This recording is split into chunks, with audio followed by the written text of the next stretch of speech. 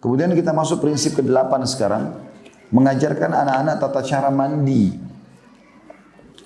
Ketika anak sudah mulai sampai usia taklif atau akil balik, maka bapak dan ibu harus memperhatikan masalah itu dengan sesungguhnya. Mulailah seorang bapak menasihati anaknya dan mengajarkan kepadanya salah satu pelajaran dari pelajaran-pelajaran fikih Islam, yakni tentang taharah atau kesucian, mandi dan tata caranya, serta bagaimana cara mengikuti Rasulullah SAW dalam mandi. Karena Islam mengajak untuk bersuci.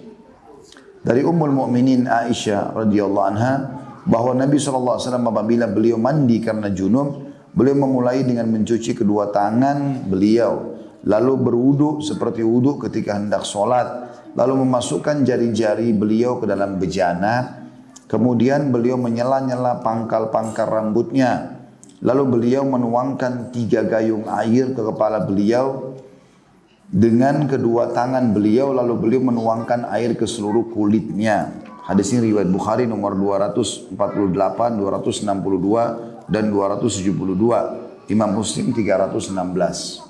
Jadi ini cara Nabi SAW mandi junub ya. Beliau basuh dulu telapak tangannya. Ini orang dewasa pun lakukan itu. Kemudian mencuci kemaluan kalau dalam kondisi junub sampai bersih. Setelah itu uduk seperti uduk sholat. Baru kemudian mengambil air. Kalau kita sekarang kalau tidak ada bejana atau sudah tidak pakai ember atau bak di rumah, kita pakai keran. Kerannya dijalankan, airnya jangan terlalu kencang supaya tidak mubadzir. Dibasahi ujung-ujung jari kita, lalu dipegang sisi pangkal kepambut ya, sisi kanan, sampai terasa kayak air itu menyentuh kulit kepala, lalu kemudian siram 3 gayung di sebelah kanan, lalu seluruh tubuh setelah itu. Dan ini cara mandi seperti ini harus kita hafal di luar kepala, karena memang cara mandi junub, baik yang sudah menikah ataupun yang belum menikah. Yang sudah menikah tentu lebih pantas untuk mempelajarinya. Jadi bukan cuma sekedar nyalain shower lalu mandi, sayang. Boleh saja itu sudah menutupinya, yang penting dia sudah mandi. Tapi menggunakan tata cara ini adalah sunnah Nabi SAW. Sudah mandi dapat pahala gitu kan. Sudah seger dapat pahala, kenapa nggak dilakukan? Dan kita harus, di sini yang kita tarik ya kepada anak-anak adalah membiasakan mereka bersih. Ya. Itu harus dimulai dari diri kita ya. Kalau dasarnya ibu bapaknya malas mandi ya susah gitu kan. Ya. Dia malas sikat gigi ya susah gitu kan. Bagaimana dia mau didik anaknya? Dan dari kecil anak-anak harus dibiasakan, ya, diajarkan mereka sikat gigi ya, pada saat bangun tidur, mereka pada saat mau tidur ya, di siang hari misalnya habis makan dan segala macam mereka sikat gigi. Dan itu sunnah Nabi SAW bersiwak ya.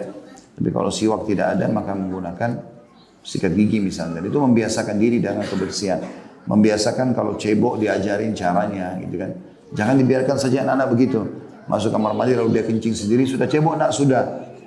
Dan tak pernah tahu apakah dia bersih atau tidak, benar atau tidak gitu. Saya pernah lihat begitu. Anak saya masuk kamar mandi masih kecil laki-laki. Kemudian dia masuk, lalu saya lagi duduk ngobrol sama istri. Dan dia bilang, berarti mau kencing.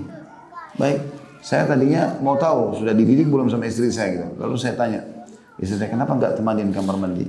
Dia bilang dia sudah tahu caranya. Berarti sudah diajarin. Baik, saya masuk kamar mandi saya lihat. Itu dia buang air kecil. Anak saya laki-laki saya lihat dia kencing ya dengan cara berdiri gitu kan. Walaupun itu boleh dalam Islam, tapi sunnahnya duduk gitu kan. Dia berdiri, kemudian pada saat cebok ternyata dia tidak tahu caranya. Dia belum tahu gitu. Jadi tangan yang bekas dia pegang, maaf kemaluannya, tangan kiri itu yang dipakai untuk pegang spoitnya gitu kan. Yang ada najis di situ, kemudian disemprot dan airnya begitu kencang nyemprot kemana-mana di kamar mandi. Akhirnya dia memegang lagi air yang dia semprot itu, diambil sebagiannya, sentuhkan tangannya lalu dipegang, dicucikan kemaluannya, hanya disentuh sedikit lalu ditutup sama dia. Dianggap selesai. Tapi ini sekarang kencingnya sudah nyebar kemana-mana karena bekas kencing tadi. Contoh saja. Maka saya coba ajarkan, nak begini caranya. Begini caranya. Mungkin sekali 2 kali saya sudah cukup. Apalagi anak perempuan ya. Dan ibu harus lebih punya kewajiban masalah itu menjaga kebersihan kemaluannya, ini kebersihan rahim, bagian daripada syariat kita gitu kan.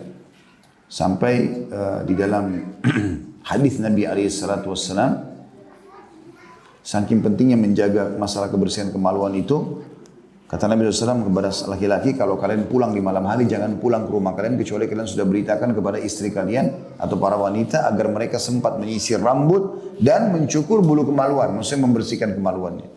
Karena umumnya orang interaksi biologis kalau datang dari safar gitu kan, maka itu anjuran dalam syariat agar bisa menyisir rambut selalu rapi.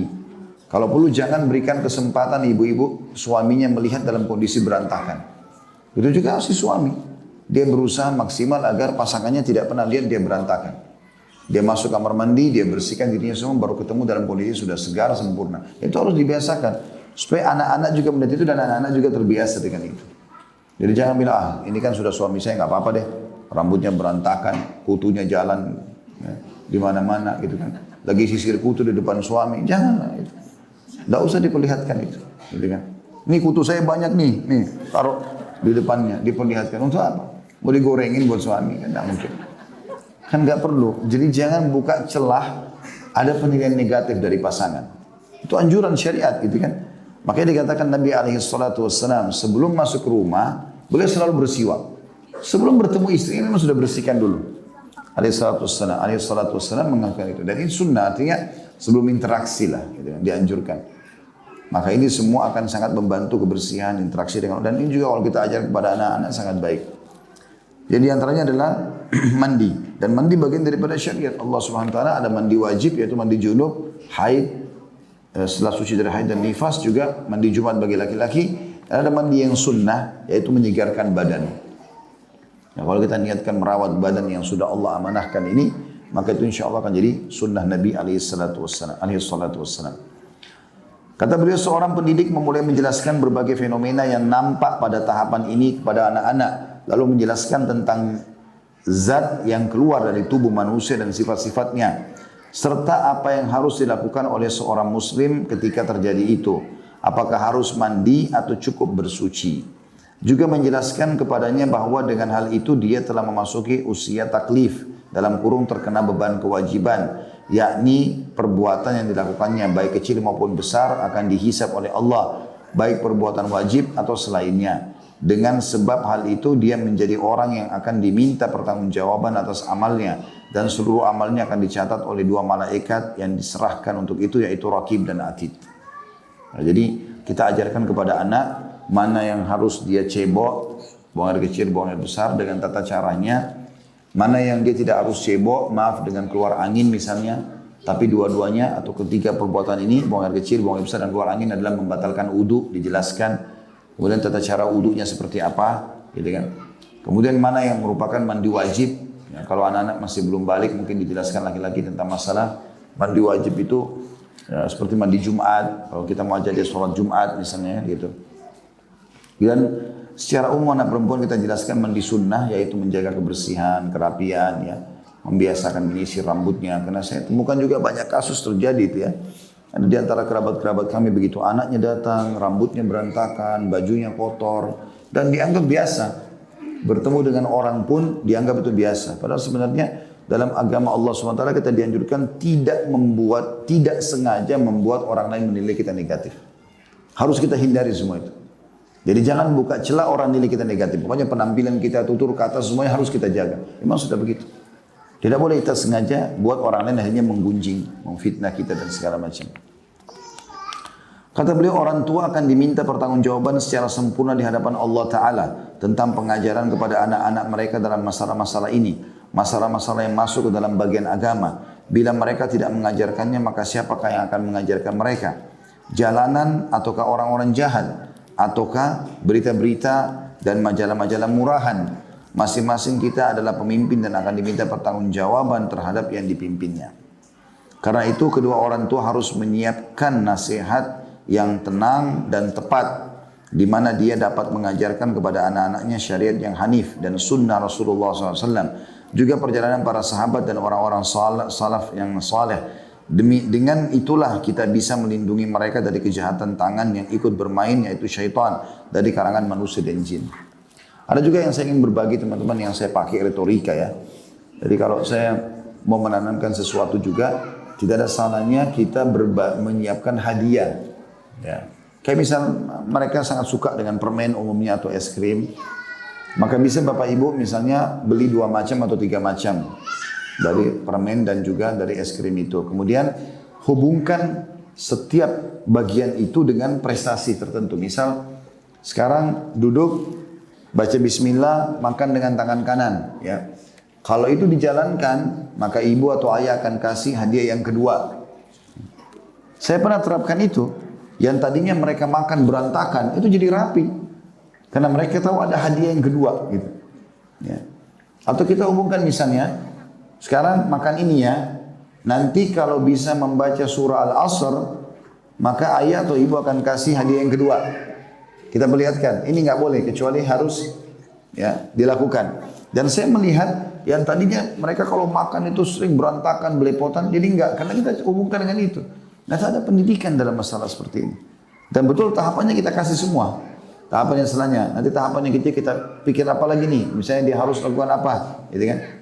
Termasuk misalnya buang sampahnya. Saya bukain es krimnya, ini ya. Kalau dia mau terima tangan kiri nggak boleh. Tangan apa? Tangan kanan. Baca bismillah. Makanya duduk ya. Terus plastiknya saya kasih ke tangan kirinya. Ini buang ke sampah sekarang. Yang kakak duluan antar. Setelah dia lihat, adiknya lihat ya. Sekarang ikut ya. Pendidikan. Mereka tahu dengan es krim satu. Ternyata oh banyak ilmunya. Makan tangan kanan, baca bismillah. Sambil duduk sunnah Nabi semua kan. Terus sampahnya dibuang ke tempat sampah. Ini semua hal-hal yang sangat baik untuk kita tanamkan dalam pendidikan anak-anak. Itu prinsip yang ke-8. Intinya kita membiasakan anak untuk bersih. Dan jangan pernah menghayal teman-teman anak kita begitu beranjak dewasa balik kemudian dia jadi orang bersih kalau kita dari kecil tidak didik itu. Jadi kita harus biasakan. Ya, biasakan mereka dengan kebersihan, kerapian gitu kan.